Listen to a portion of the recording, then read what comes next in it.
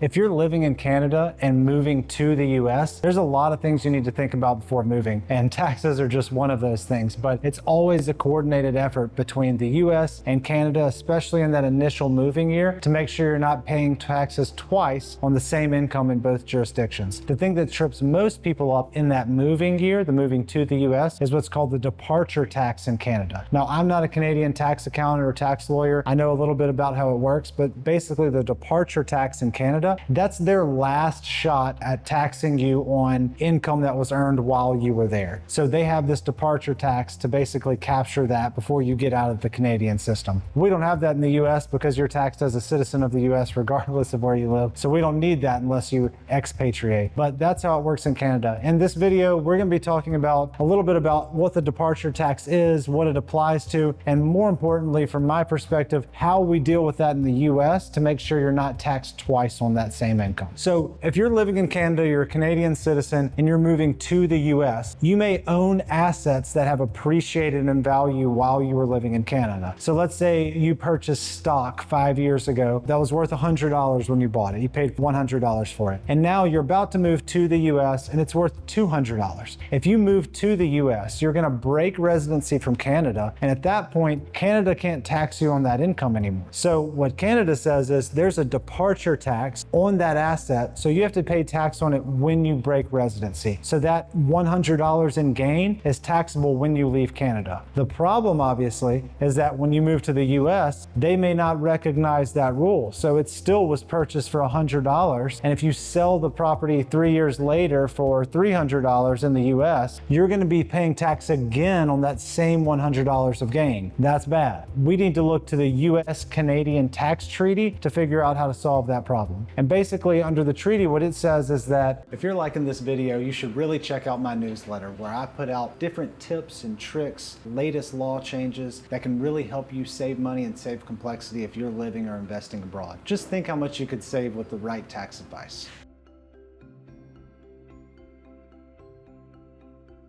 They make it very confusing the way they write it out, obviously, but the end result is the IRS allows a step up in basis based on the gain that was realized in Canada on the departure tax. In my example, if you had $100 of gain that was taxed in the departure tax in Canada, the IRS would step up the basis of that asset. So now the basis is $200. So if you sell the asset the next day in the US, you'd have no gain, but you would only pay tax on the income earned basically while you were a resident of the US. So everything washes out nicely. It's an election you have to proactively make with your US tax return that year, but if you do it right, you do it timely, you avoid double tax altogether and there's no problem. I had a client recently though that had a situation where they had real estate in Canada, and real estate works a little different. So when you leave Canada, it's the same idea, right? You're going to be subject to this departure tax, but when it comes to real estate, there's an exemption in Canada from that departure tax because the real estate's still in Canada. When you move to the US, yes, you're not a Canadian resident anymore and you're not paying tax on your worldwide income in Canada, but you're still taxable in Canada on the sale and the rental income of that property. So you're not subject to the departure tax on that. You're automatically exempted. In this client's scenario, they were expecting to get the step up in basis, but you can't get the step up without the gain recognition in Canada. So it didn't work out that way. But there actually, what I learned in that process is there is a way to proactively elect to